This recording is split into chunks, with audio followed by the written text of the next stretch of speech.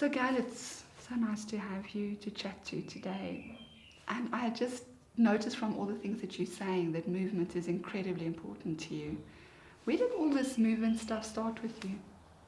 Okay, so I'm crazy about movement. I was a ballet dancer and I danced for Ballet Theatre Africa. I was trained by a brilliant ballet director, Martin Schoenberg. Ballet just opened up my mind as to the possibilities it can do for any young child or young teenager. So I think ballet made school life so much easier for me. Made things easier. I was focused most of the time. When I did train, when I was a child, I remember after a ballet class, I could do my homework a lot easier. I remember that very well.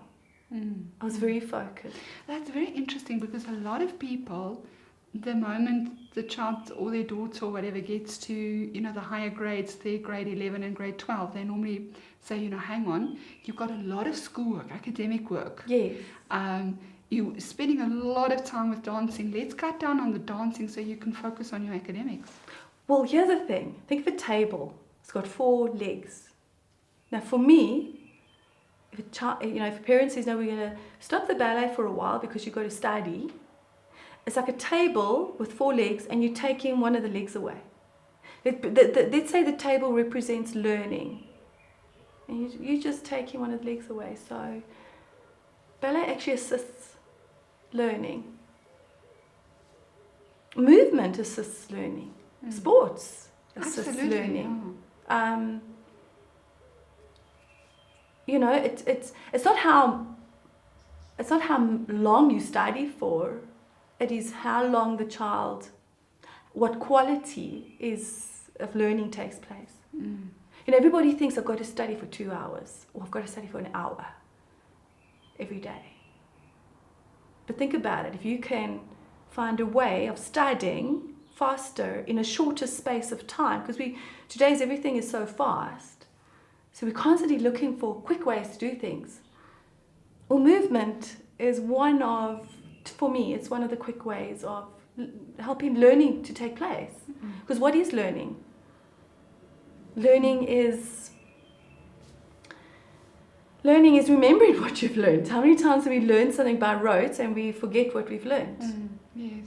And when you move, even as adults, you are constantly learning. You're learning about life. If you're a doctor, you've got to keep up with the journals that you're reading. If you're a teacher, you've got to keep up with the latest material that you've got to read, the latest, all the new research done on education. So you have to keep up with, every day you learn, you have to keep up with whatever profession you're in. And so movement assists learning how? How would you say it assists learning? Because you're saying it gets you focused. Well, you see, when you're moving, different movements do different things. You're integrating different parts of the brain. So I was a teacher myself. I still am a teacher. You're always a teacher once a teacher. I taught the ADHD child, the bipolar child. I loved it. It was the most wonderful experience. So if a child is happy,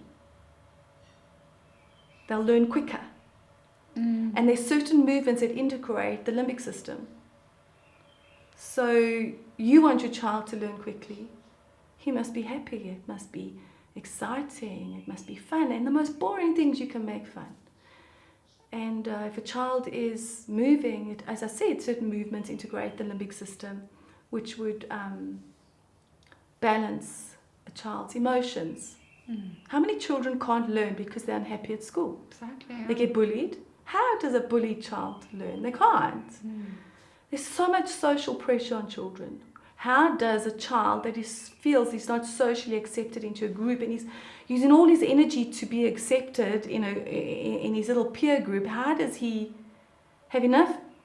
How much time is wasted and energy is wasted on trying to be accepted that should be put into learning? So in today's society, there is so much stress.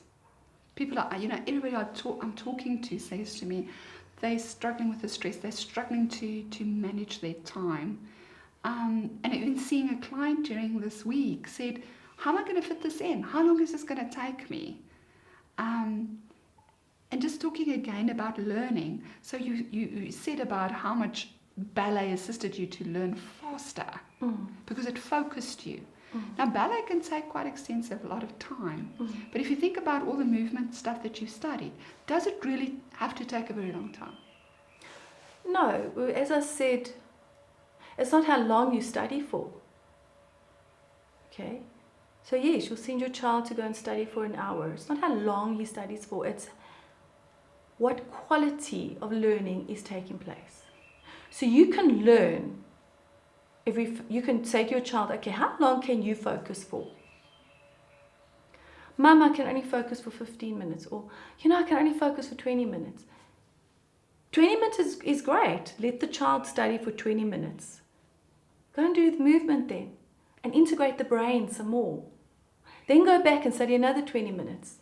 Then integrate the brain more. So you'll find that your child will learn more in those 20 minutes than in 2 hours straight. That's what movement does. So, and everybody's different. Everybody's different. So you got to see what works for you. Yeah, look at the individual needs. You look at their individual needs, yeah. So when you're working with a client, do you actually work specifically with what they need? Yes, because everyone's different. Your fingerprint is unique. Very unique. There's no one else like you. Your intelligence combination is as unique as your fingerprint. So how much more must we treat each person uniquely? I mean, nobody's the same. Nobody. So, and sometimes, if you're the student or if you got a child, sometimes that day, your child won't do well because he's not having a good day. And that's normal. That's okay. You're going to have days that are not good. It's okay. You're human. We all do. If you didn't, you're not human. So, and you'll have the good days. But even on the bad days, integrate your brain with pace. Integrate your brain with brain gym. I'm saying ballet because I saw what it did for me as a child. The movements, unbeknown to me, were integrating my brain. The reflexes were being integrated. The primitive reflexes being integrated. I didn't know this. I didn't know any of this, but intuitively, I just wanted it so badly because I knew it made me feel better, even emotionally as a child. I could handle the stress better.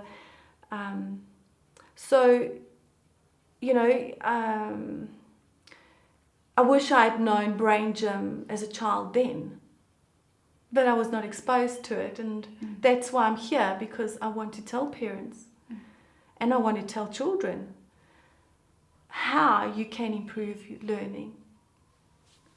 Because I tell you, every child wants to learn.